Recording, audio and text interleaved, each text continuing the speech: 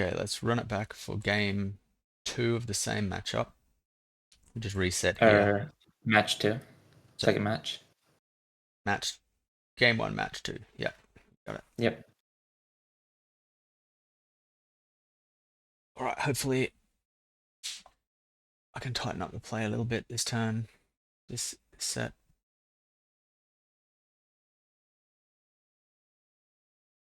That looks awkward. Okay, let's pause it here for this. So it was. Come on.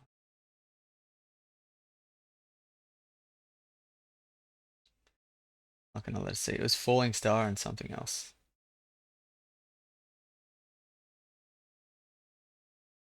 I'll go back just to get the full picture. Come on.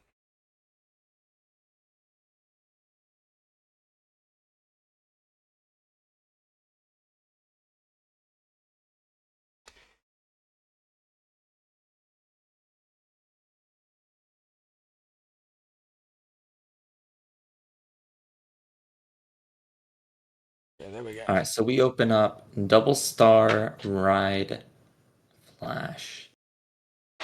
I mean, this is kind of the same idea as the first match we played, where falling star isn't particularly strong on turn one.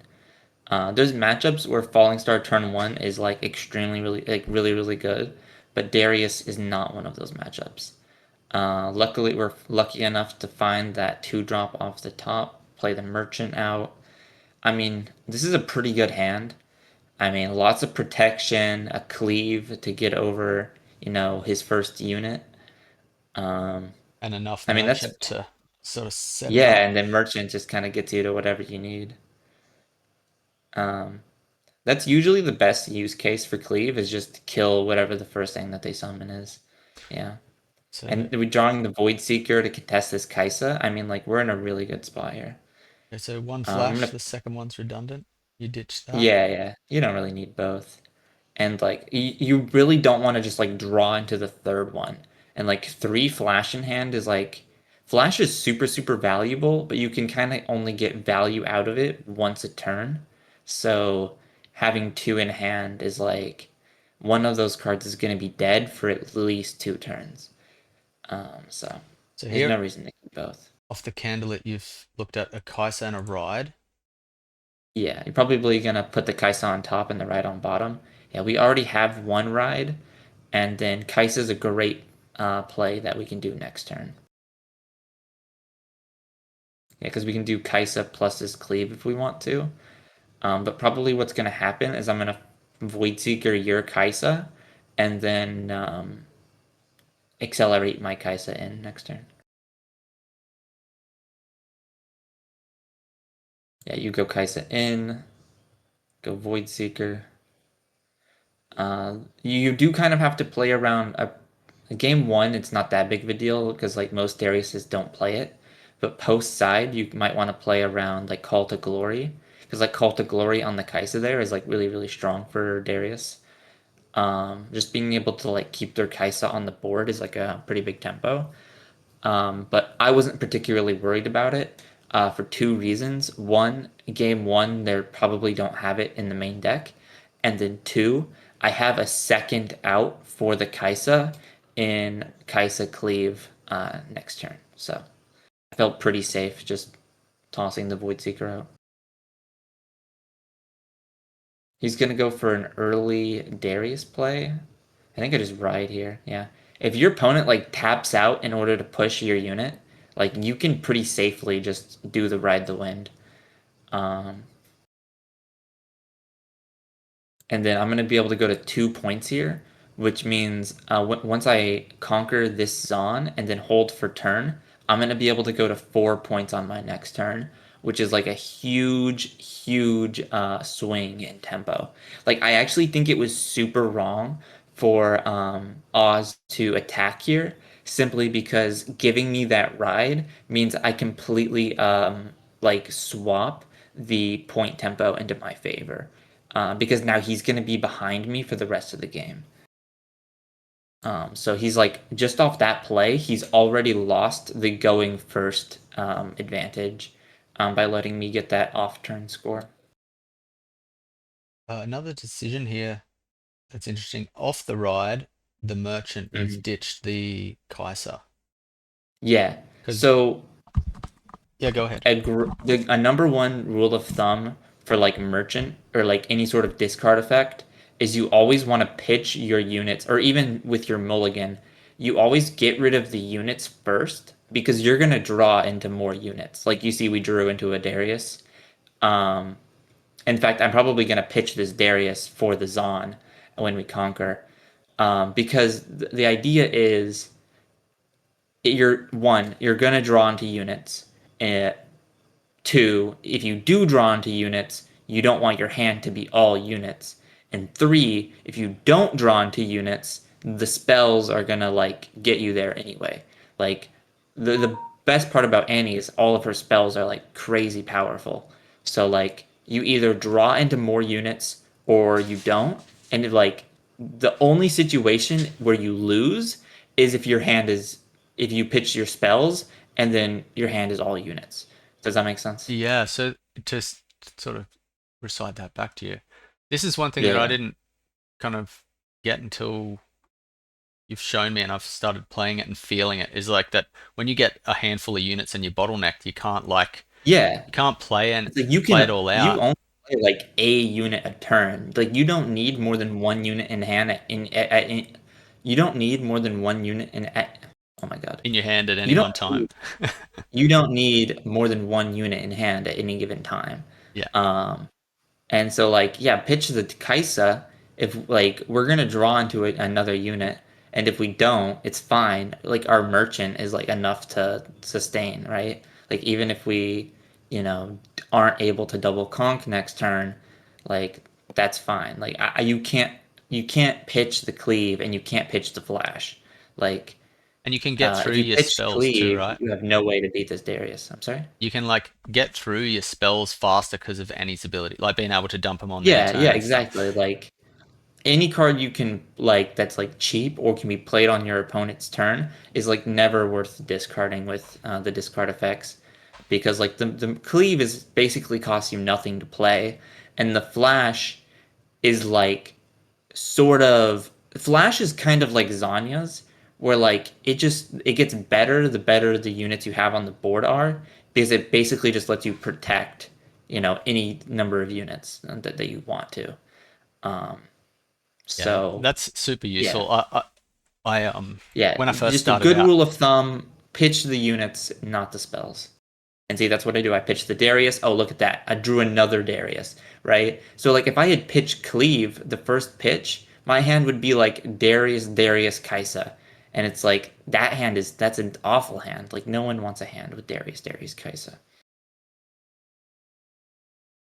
Um this this play, I remember this turn. This turn is a little crusty. This turn is like not amazing. But the most important thing in this matchup is maintaining point tempo, and so that's kind of what I have to do. The only way for me to get the four is to flash the merchant, do the merchant trigger, pitch the Darius, draw into sneaky, another unit by the way, and then foff the Darius, and then walk in with the merchant. Pitch the sneaky, draw Void Seeker. Void Seeker is a really good draw there. And now we go to four, and now we can pass. just looking at We the get the candle, yeah. so the candle basically guarantees that we're going to have a turn next turn, or a play next turn. So in this situation, like me sitting across Mhm. from you, I've got Darius and Nox Hopeful, and you're down to two cards. You've got the points, but I'm like feeling like this is a really comfortable spot, or it should No, feel. like this is definitely a scary situation to be in, even as Annie, because it's like if I don't draw, like I've already seen two Darius and a Kaisa. Like the number of playable cards in my deck is lowering. But at the same time, um, I'm going to see a lot of cards. Like I'm going to draw off this Void Seeker. I'm going to get another card off this stack deck. So, there's only 20 cards left in my deck, probably. Maybe 20, maybe 26. But, you know, I'm just gonna draw into the cards that I need. I mean, it's that simple.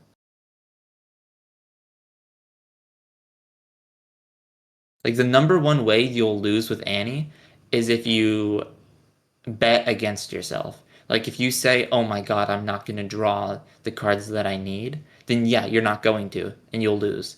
But if you just say like, "This is the way that I can win the game," like this is how I win, is if I draw the cards that I need, then you simply will. Um, like let's see what we had off this stack right here. So you need a unit, something to start Yeah, scoring you. watch So this. Boom, vein, boom, sneaky, another vein, two veins and a sneaky. I mean, like I told you, like you always pitch the units because you're gonna find more units. We just pick up the vein here, and then we just cleave this vein over the Darius. This does play into Hidden Blade, and honestly, if we get Hidden Bladed here, it's pretty rough. But at the end of the day, this is actually really good. The fact that it plays into Hidden Blade, because for two reasons. One, it checks for Hidden Blade, right? If you have Hidden Blade, you have to use it here, which means you're not going to have it later, but two, because you didn't Hidden Blade, now I know you don't have it, and I don't have to play around it. And then three, if you do have Hidden Blade, I know, like I said before, now you're not going to have it again, but now I'm going to draw two cards, and like two cards in Annie is enough to win the game. Like two cards is an enormous amount of advantage, especially since we're already ahead in point tempo. Even if we take a turn and eat a Hidden Blade, like that's okay because we're ahead. We can take that turn off to draw a couple cards and then just do something next turn. So, like, it would have been worse if you had Hidden Blade there, I think, but I don't think it would have been the end of the game by any means. Like, as long as you're ahead on the point thresholds, on the point tempo, then you can take a turn off to do whatever you want. Oh, and then there's the third Darius. That's what I like to see. I love seeing the Darius off the stack deck. The Darius here, we're going to be able to get our 6 point. We're going to be able to hold up this Void Seeker. Um, we're going to put this Vi on top. There's a Ride the Wind and Trash. Count our runes. We have 7, which means if we cast this Void Seeker, we go to 6. That means we're going to ready our next turn with 8. Annie, Vi, Ride the Wind. That's 8 runes. That's a game on board. We know he doesn't have Hidden Blade in hand. That's the end of the game. It's just that simple, ladies and gentlemen. Boom. Void Seeker, the Matron. Like super unnecessary, but we have the mana to do it, so we may as well. Not really sure what he was thinking about there. Um, I yeah, think I have full trade with his. stratagem in hand there, Oh yeah, okay, that makes sense. but I can't react to the Void Seeker, and then I No, was no, wondering, you can't. is it worth it for the rest? And it's kind of not. If you've got Vi Ride the Wind, even a stratagem won't help here. So I'm Exactly, just yeah. faking now Hidden Blade, hoping you don't play into it. I mean, unfortunately, I mean, I could take a turn off to play around it. Like, I could play the Annie, add the ride, and like take an extra turn to be because like you're not gonna win next turn. So technically, I don't have to do anything. But the reason you always should is if your opponent does have Hidden Blade, you need to eat it so that you can draw 2 cards and then win on the next turn. Like if I take an off turn here, he's still gonna have Hidden Blade in his hand next turn, right? And so I need to leverage the fact that I'm ahead to win the game. And this is kind of like what I was talking about is like your play line around Hidden Blade. In this game for me, sometimes it'll be like just having a lot of units. Sometimes it'll be just like, leveraging a Darius to eat the Hidden Blade. In this game, the fact that we're ahead on that point threshold means that we can take a turn to just walk into Hidden Blade, right? And if he has it, that's fine. We're ahead. So we can just win the game on our next turn instead. So like there's zero possible outs for him in this situation, um, Yep. which is why being ahead on points is so important. So you're jamming via Ride the Wind, but what you're thinking about here is like if I do have Hidden Blade, you've still got an extra turn to catch up or like come Exactly. back. And so how do you maximize the chance of winning on that second turn if I do have it? And so I think you play Exactly. into Candlelit first here to get some sort of filter Yeah, for you next always turn. go to the candle first. Yeah, get the seventh point, look at two, see what we hit. Merchant Flash, both are pretty bad in this situation. Get rid of them. If I had it, it would be here anyway, right? Like Exactly. Yeah. Yeah. Well, you would always wait for me to recycle. I think.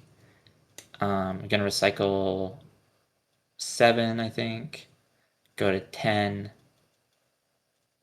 There's no like buff card I need to play around, and then boom, he doesn't have it, so it doesn't matter. But like theoretically, if he did have it, like we're gonna draw 2 cards. Like we have the Falling Star in hand to deal with, the Vein and like whatever he does next turn, and then all those 2 cards need to be is like a Sneaky and a Foff, or like a Vayne, or like a Darius. I think we've saw all 3 Darius that game. But there's like a ton of cards in our deck that can like out a Draven and score a point. Because it's like all we have to do is out the Draven and score a point. Because we still have that Annie on the field. Um, so yeah, I mean like that's pretty much how a good representation of the matchup. The fact that we went second, like going second is always worse. But if you're able to like swing that point advantage, there's a lot of ways to like swing point tempo. The easiest of which is just to get one of those like if you're on that odd numbered points to just like ride the wind, go to an even numbered points, and then score 2 on your next turn, right? Like that's a super easy way to like swing that point tempo in your favor. The other one is just like don't let him score 2 on his turn. So like if he's on 2 and he wants to go to 4, if you're able to like leverage removal spells or like a Foff in order to keep him from going to 4, and then you go to 4 on your next turn, then you've completely, swapped the point tempo. Um, so like those are the 2 main ways to swap the point tempo, is just to either score on an off turn or to prevent them from scoring. yeah, it's a bit I it's actually make a misplay. Pause right here. okay. Let me get back. I actually make a misplay. So my hand is Darius, Kaisa, Voidseeker, Gust. I'm actually supposed to mulligan the Darius and the Kaisa. Instead, I mulligan the Darius and the Voidseeker. This is like like a pretty small misplay, and it didn't actually end up mattering in this game. But the reason you're not supposed to mull the Voidseeker is like what I was talking about earlier. You're always supposed to mulligan your units first, because drawing a second Voidseeker is way better than if I draw a second Kaisa here. And that's kind of what ends up happening. You can continue. Is I end up keeping the Kaisa and then drawing into a second one. And it's a lot harder, especially against Darius. There's a ton of really good Voidseeker targets. Um, and Kaisa is like super mid in this matchup because she doesn't actually walk over as much as you would want her to. But you're on the draw, right? So Kaiser's oh, so you're going second, I mean. So Kaiser's Yeah, yeah. your second That's turn why I ended play. up keeping her, is because going second, she's like pretty good. She's like the best going like turn 2 play. Um, but that being said, it was still wrong to keep her. I think against another deck it would have been correct, but against Darius, like I basically just mulligan my 1 out to Nox's Hopeful, and that's in my hand. So like if you go turn 1 Nox's Hopeful, or like turn 2 Nox's Hopeful, and I don't have an out for it, like that's a really easy way to lose the game. All right, then I draw into Poro Kaisa, and like see there, I drew the second Kaisa, which is just going to be dead in my hand for at least a turn or two. Because I not only do I have to play out the first one, but then I have to take a turn to play out the second one. So it's like it's a lot harder to get value out of those cards than to get value out of the Void Seeker.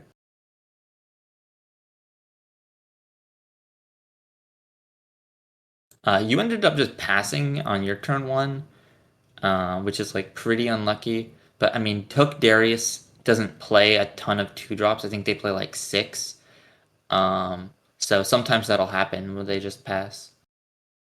Um, So do you ever? Unfortunately for you, that does kind of just seal your fate. Like this game is pretty much over already.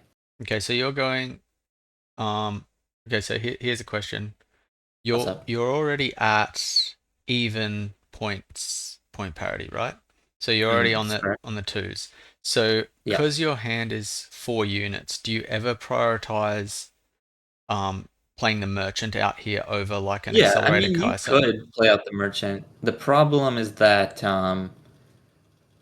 merchant, like especially on the Trifarian, merchant doesn't get as much value like walking over tokens. Um, Yeah. because instead of clearing for two tokens, he clears for 1.5 tokens. So I generally, especially because I have two Kaisas in hand, and like you have no way to contest a Kaisa on your turn unless you play like a Vayne out. Um, like usually just gonna go for the accelerate Kaisa here. And And it's like if I do maximize play out use. the merchant, right? If I do play out the merchant, I just kind of waste 3 mana because I have nothing else to do unless I want to play out the Vi. Which I mean I could do. I could have gone like merchant Vi, which would have been fine also. But like drawing like any turn where you can draw a card for free is really good. And like even if you do like Darius or like Vayne over my Kaisa, like I knew I had a second one, and then I drew into the third one. So it's like I'd rather just be leveraging those accelerate units instead of having a merchant sit in my base and do nothing. So you go to 4. This, if I'm Yeah, right, this is a development turn. exactly. And like that's another reason why you go for the Kaisa there, is it's like if you are going to 3, you hold for 4. Now you can back everything. You're above in your point tempo, and now I can take a turn to develop those units that you were talking about last turn. So like there's a lot that goes into it. Like a lot to think about, especially in this matchup. But like if your hand is just a bunch of accelerate units, like you should just start putting them on the board and drawing cards. Like any turn you can just draw a card for free with Kaisa is pretty much always worth it.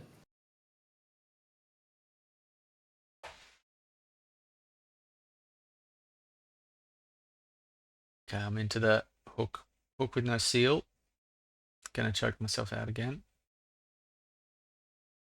This was actually a slight misplay from me. Um, I should have just gusted the Poro when you went to hook it, but I just didn't realize that I had a gust in hand, to be honest. So, I mean, at this point in the game, I'm so far ahead that I just wasn't super worried about whatever you were doing, um, which is definitely not a safe play pattern. Like, you should definitely be paying attention to what your opponent is doing. But I don't think in this game it's going to matter all that much. I mean, this is a lot of might you have on the Trifarian. Just gonna, start with the merchant. Trying to find the most efficient way to deal with all of these guys. I pretty much just have to assume that you have a hidden blade, so I need to find a way to eat that as well. And then once I eat the hidden blade, I can leverage the Vi that's in my hand. So you want to start filling that trash too. Yeah, yeah, and that's like another reason, like, to just start kind of. I think I'm just gonna push my Poro in, cleave on it.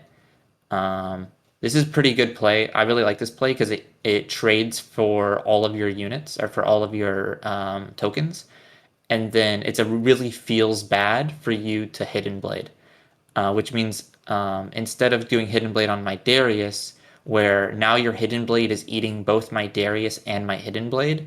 Now, if I play out the Darius and you hidden blade on the Darius, your hidden blade only traded for the Darius and not the cleave.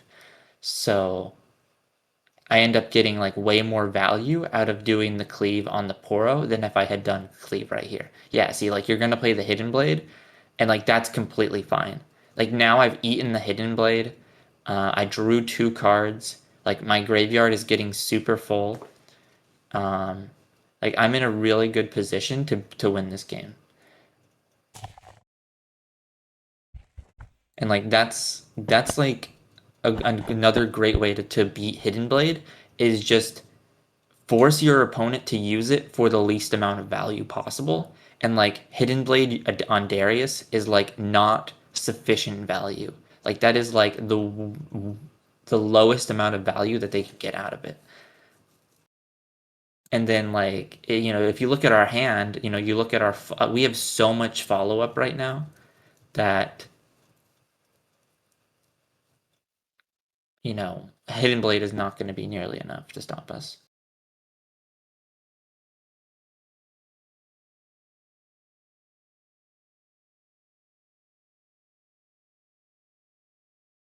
Just for Protecting the merchant isn't important, so I'm just going to use this to stack deck. Foff is like a really good find. I like the Foff because if you go for the hook, we have a way to contest the Darius or a Draven if you find one. You don't do the hook, which gives me the read that you have some sort of interaction in hand, or maybe you're just trying to bluff me. Personally, I think it was a misplay. I think even if you're trying to bluff, I think it's not ever worth bluffing here. I think you always just do the hook and try and find a Draven. But um, you know, to each their own. I think I do Unless you have another knew, hidden unless you blade. knew that you did had no Dravens available, like you saw all of them already, and so you knew that it was not worth hooking because you couldn't hit anything. Then it was maybe would have been correct. What do we find here? Darius, Sneaky, Voidseeker. I think I take the Darius here, just as a yeah, because this turn I'm pretty much forced into doing a Vi over your guys, and then Darius. If you have a second Hidden Blade, which is like the read that I'm making, then I have follow up in Darius. So I recycle 3 to make my Vi just big enough to get over the Darius. Um, There's no one drop, like there's no 2 spells I can play in this turn in the You Dariuses. could have like double cleave, but if you double cleave, like that's totally okay. I just push the Darius back, or maybe I just let it resolve even. Like I don't even need to off the Darius if you have double cleave. I think I'm just like super okay with that trade. But it was the Hidden Blade like I thought, so now I can just go in and cleave over the Darius. And then this play I really like. I end up doing like I recognize that I have kind of more in hand than I need. So I'm just going to use this turn to expend as many of my resources to lower the total amount of might that you have available to you. Um, this falling star also gets a lot worse while these captains are on the Trifarian. So if I want to get the maximum value out of falling star, I need to out these captains. And the best way to do that is just going to be ride the wind this Kaisa over. The Kaisa still has the cleave on her, so she's going to go to 8 and trade for both of the captains. And then I can just ready 2 and pass. There is a slight chance that we lose here. Like if he backs the manufacturer and then like hooks into um wait, no, I'm lying. So There's actually Vane's nothing. out. It's just main Yeah, deck it's just Darius if there Kaisa, is but you anything. Yeah. can't back and hook because if you back and hook, the manufacturer is not big enough to find a Kaisa, and you can't hook on the Trifarian because I have Gust in hand. And then if you have Kaisa in hand, I have the Thoth. So it's like no matter which way you do it, I have the answer to an accelerated Kaisa. Unless you have access to 2 accelerated Kaisa. But at that point, I mean like there's only so much you can play around.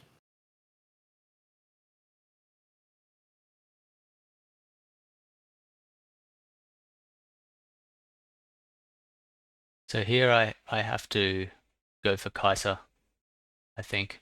Yeah, exactly. Yeah. You trading off that you trading off the Kaiser with the Ride the Wind also Keeps you from being able to play Vayne. Yeah. exactly. Yeah. It's something that Yeah, I if recognize that like Vayne was your other win con this turn. Like you have no Darius available to you. So the only way you win this turn is with an accelerated Kaisa. And like I said, like you have to pretty much have it in hand. Like if you don't have it in hand, then you have no way to win this turn because you can't hit it off the hook, not through Gust.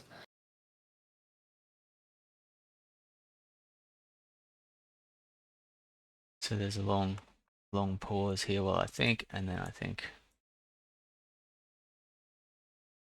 uh I'll go back Yeah, here. you do end up going for the Gust check.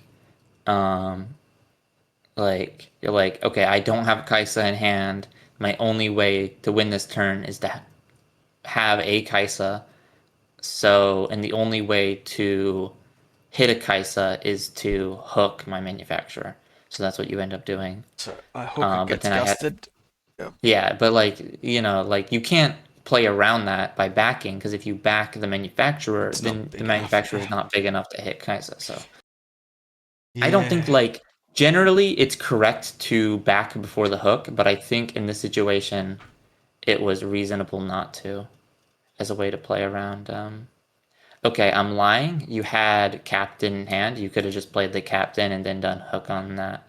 So, But then I'm only um, down to one Kaiser, right, which you have the FOF for anyway. yeah, exactly. Yeah, So yeah. that if I was able to hook Kaiser number one, I see. and So you did have Kaisa in hand, no, is what you're I telling don't me. think I did. I don't think I did. If I remember Oh, correctly, okay. Yeah, I but I didn't guess have what it. yeah, that's a good point. If you do have Kaisa in hand and you're trying to play around Foth, then it's maybe correct to go to eat the gust. No, I think you're cooking with that. Yeah, I think you're 100% correct about that. All right, So let's then see I how I stack. I go navigate this like field. I'm screwed, so I'm just stacking the right side. Yeah, I mean that's all you can do. I mean you have like a lot of might here. And to be honest, I don't with this hand, I don't think I actually have a way to beat 17 might. Like I can Darius, I can like Falling Star plus Darius plus Foth is 11, oh no, 7. I go 6, 1, 2, so you have 11, I guess 1, 2, so you have 8, Foth. So the Darius Falling Star Foth will trade for the board on the right, but doesn't actually beat it. So I can't actually win this turn if I do the Darius Falling Star or Darius Foth Falling Star. So I realize that I don't have a way to win in hand, so I'm just gonna go for a way to win off the top, and there I found it. So um, the cleave would have done it also too. By the way, I think cleave would have been enough.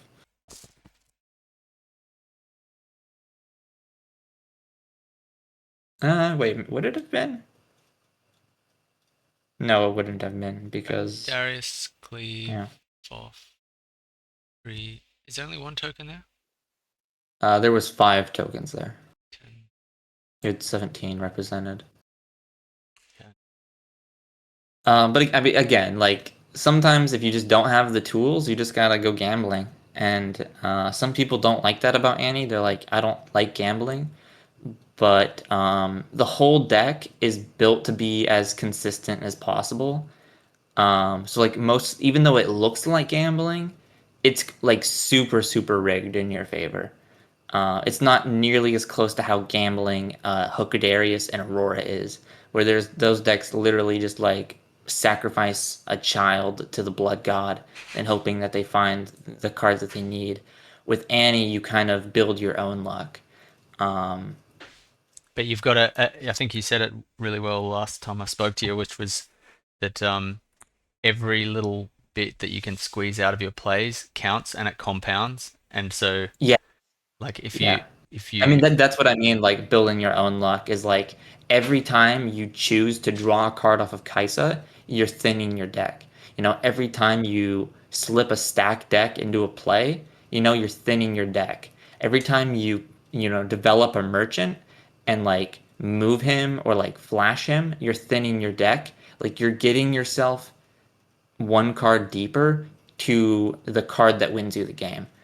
Um, so it may look like at any given point that I just went stack deck and hit a Kaisa or I went stack deck and hit a Vi, but like you have to keep in mind that the entire game from turn one is me setting up that stack deck to hit a Vi, or to like draw into one sooner, right? So Awesome. it's just it's just a numbers game, and Annie is really good at math.